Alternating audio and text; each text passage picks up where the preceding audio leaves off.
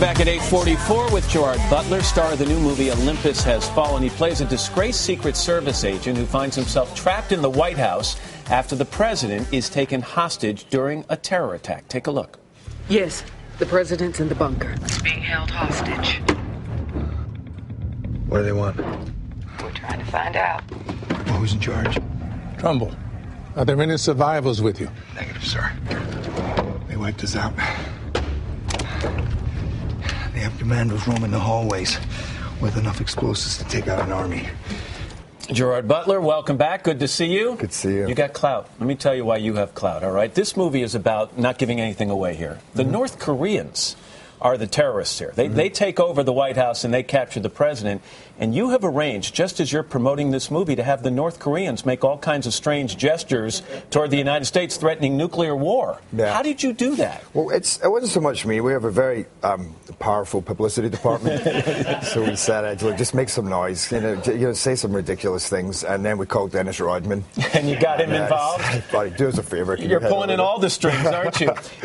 You're a producer of this, too, I should mention. Are you asking the audience to suspend their belief system here and just to have fun with the ride? Or is this something that you want us to consider? I mean, this is not usually where we think of the threat coming from when it comes to trouble here in our country.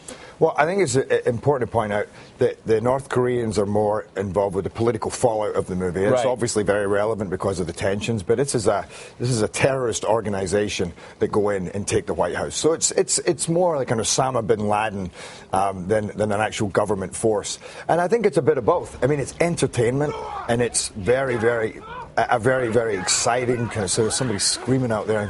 No, that's you that's actually you in the movie. Oh, it's me. Yeah. There's a thug out there. Sounds like a maniac. You're hearing voices now. That's great.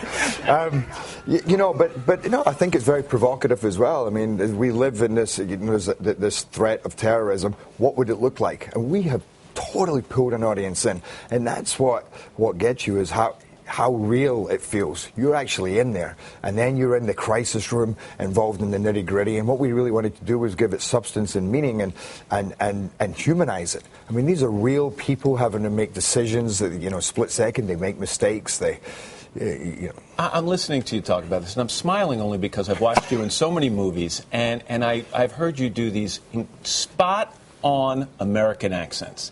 And you've got this gorgeous Scottish accent. And as someone who could never do your accent, I don't know how you do this and just switch that heavy accent off and sound like you're from the heartland of America. Yeah. It didn't come easy, let me tell you. I've probably done 1,000 dialect sessions in my life. And there came a point when I realized I have to just walk around speaking like an American. And my friends would be like, you sound like an idiot. But I thought, it doesn't matter. I have to learn to breathe, to sigh, to laugh, and keep it all like that. So do you ever catch yourself slipping in and out? Totally. I mean, they give me such a hard time in Scotland. I go back and I always go to the Starbucks at Glasgow Airport and say, I'll have a cafe latte, please, to kind of click me back into that thick Scottish accent. You've embraced social media recently. You're on Twitter now. All right. How are you enjoying that experience so far? It's a daily thrill ride, isn't it? I got to say, I was never a fan of it before. I never really went on it. And then I thought, you know what? This is something that I should embrace. I went on it. I'm kind of loving it. Are you really? It's actually an exciting thing. From what I've read, you've already been asked to dinner by someone. You've been asked to take a bubble bath with a total stranger. So this is going well for you, obviously. I think I answered, what size is your bath? So do you literally answer some of these people? Do you ever answer any of the negative comments? Do you get negative comments? Well, there was a point, we had a 5-minute break, and I said, okay, I'll take some questions. And we got 400 questions in 5 minutes. So I'm in the middle of a press tour. I did 80 interviews in one day. It's you can't answer all of them, but I thought the bubble bath question was definitely worth taking a shot at. What's up next for you?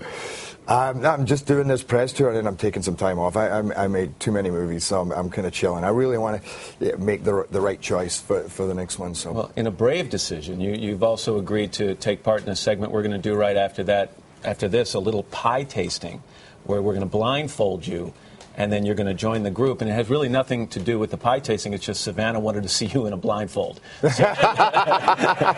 I don't understand some the dream handcuffs. she had. I'm not sure about this. I don't understand the handcuff thing, but I'll do it. I didn't know about that. Gerard Butler, good to have you here. Olympus Has Fallen opens next Friday. That's March 22nd.